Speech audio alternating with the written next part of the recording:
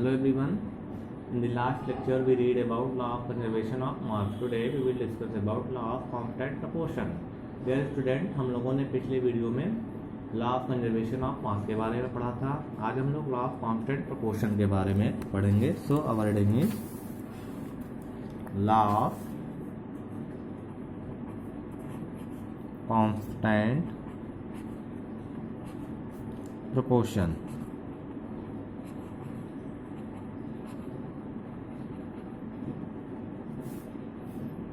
This is the second law of chemical combination.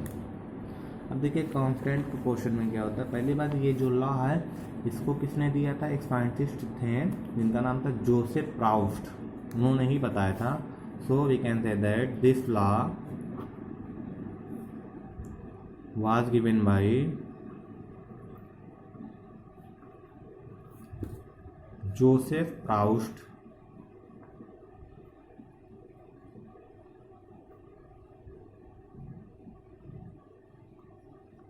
अब इन्होंने क्या कहा था? According to this law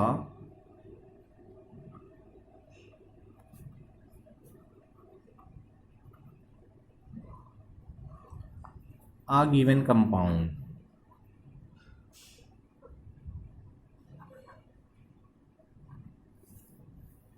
always contains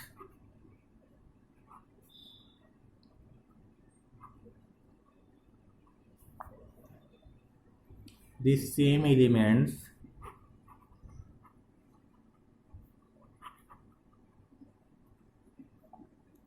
in the same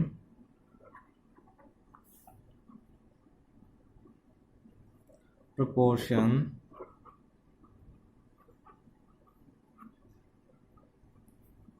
by mass.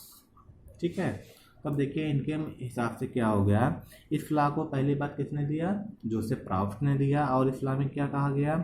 अगर कोई कंपाउंड है, कोई दिया गया है आपको कंपाउंड, तो उस कंपाउंड में जितने एलिमेंट्स हैं, ठीक है ना, वो एलिमेंट्स मास के अकॉर्डिंग सेम प्रोपोर्शंस में होते हैं. ठीक है. So this law was given by Joseph Proust. And according to this law, a given compound always contains the same element. जो भी कंपाउंड आपको हम दे दें, उस कंपाउंड में हमेशा वही एलिमेंट रहेंगे और वो भी किसमें? सेम प्रोपोर्शन में रहेंगे मास के करस्पॉन्डिंग. जैसे अगर हम बात कर लें वाटर की, तो वाटर का फार्मूला हम लोग जानते हैं H2O होता है.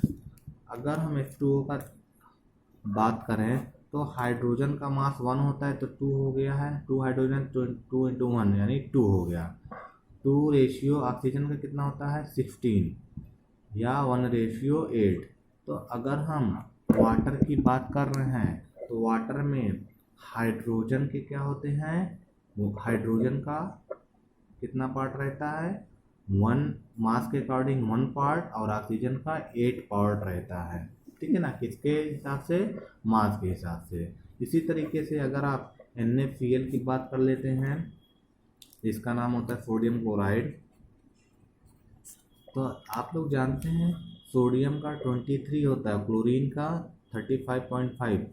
तो इसमें क्या हो जाता है? NaCl में 23 पार्ट सोडियम का एंड 35.5 पार्ट क्लोरीन का होता है. ये सिद्ध है इनका मास. ठीक है ना. चलिए, तो ये हो गया. बस बेटा आपको 2 ही ला पढ़ना था. बाकी का और जितना ला है वो सब आपको और हायर क्लासेस में पढ़ाया जाएगा. आपके सिलेबस में बस 2 ही केमिकल कॉम्बिनेशन ला था, जिसमें मास कंजर्वेशन था और कांस्टेंट प्रोपोर्शन था. ठीक है. और इसी को बेटा ध्यान रखिएगा, एक नाम और है, इसको हम लोग क्या बोलते हैं? लॉ ऑफ डेफिनिट कंपोजिशन भी बोलते हैं.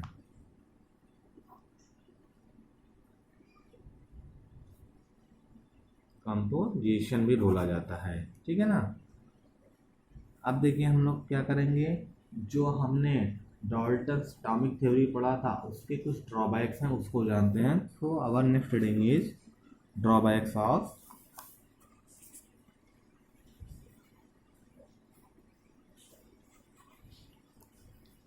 Dalton's atomic theory.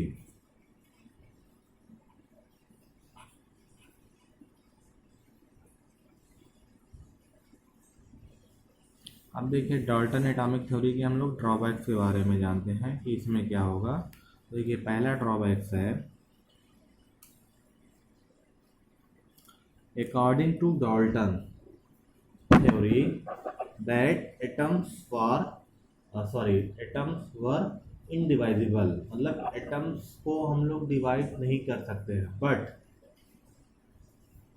We find atoms are divided into electron, proton and neutron।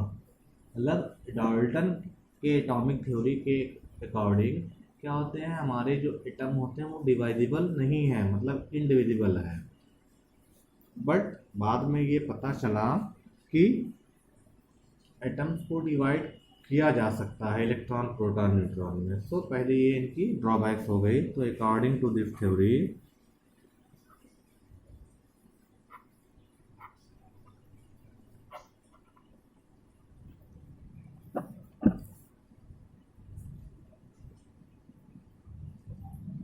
of matter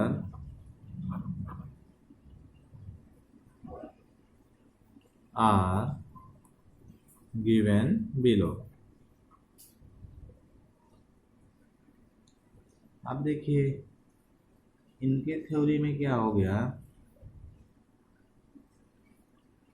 हम लोग बताएंगे कि जो हमारे एटम्स हैं वो इनडिविजिबल है। So atoms were indivisible but under special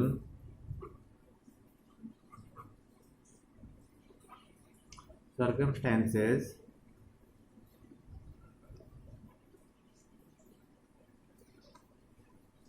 atoms can be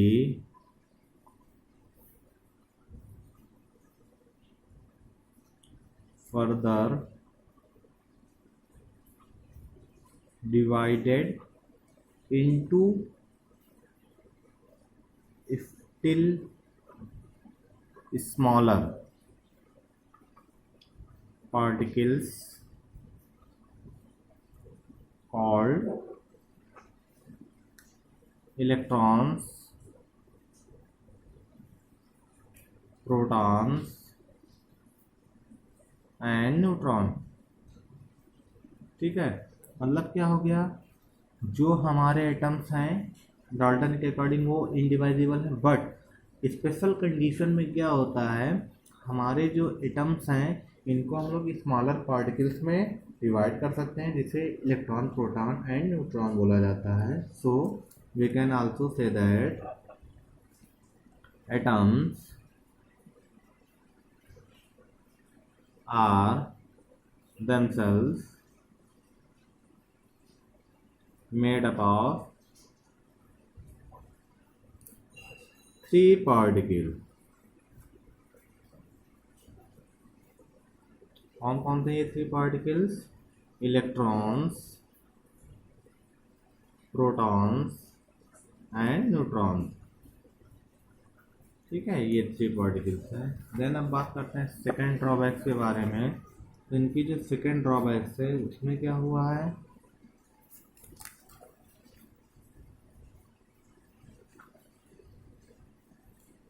second drawback में ये है कि डाल्टन के अकॉर्डिंग क्या था, जितने भी एटम्स हैं किसी भी एलिमेंट के जो एटम होते हैं उनके मास क्या होते हैं, एग्जैक्टली सेम होते हैं। बट क्या होता है, कुछ के मास सेम नहीं हुए हैं। ठीक है, जैसे अगर हम बात करें हाइड्रोजन के एटम के बारे में, तो हाइड्रोजन में देखिए 3 और भी एटम्स होते हैं, 1H1, 1H2 एंड 1H3। ठीक है, अब देखिए सबके क्या हैं, एटॉमिक मास अलग अलग है, 1, 2 एंड 3। ठीक है ना, ये मास आपका अलग हो गया है, तो इनका फ्लॉप हो गया यहीं पर थ्योरी। तो according to Dalton's that all the atoms of an element have exactly the same mass, but it is now known that atoms of same element can have slightly different masses। ठीक है ना, different हो गए। And third drawbacks ये है कि इनके according जो हमारे डिफरेंट एलिमेंट के एटम्स हैं उनके मास क्या होते हैं, डिफरेंट होते हैं। बट ऐसा नहीं है, कुछ ऐसे हमारे पास एटम्स हैं जिनके जो तो अलग अलग एलिमेंट्स के एटम हैं बट उनके क्या होते हैं, एटॉमिक मासेस सेम है। जैसे हम बात कर लें 1s3 एंड 2he3 की, ये देखिए हाइड्रोजन है और ये क्या हीलियम है, दोनों क्या है अलग अलग एलिमेंट हैं बट दोनों के देखिए मासेस क्या हैं, सेम है। अभी आप इसको आगे पढ़ेंगे, आइसोबार्स में पढ़ेंगे और इसको आइसोटोप्स में पढ़ेंगे, सो आपको बाद में बताया जाएगा एक्सपेंडेड फॉर्म में। तो बेटा आज के लिए इतना ही, बाकी आपको नेक्स्ट वीडियो में बताया जाएगा। और कोई प्रॉब्लम हो आपको तो आपको पूछ सकते हैं, आप व्हाट्सएप के थ्रू पूछिए या फ़ोन करके, वो आपके ऊपर डिपेंड करता है। ठीक है, so thank you very much for watching this video.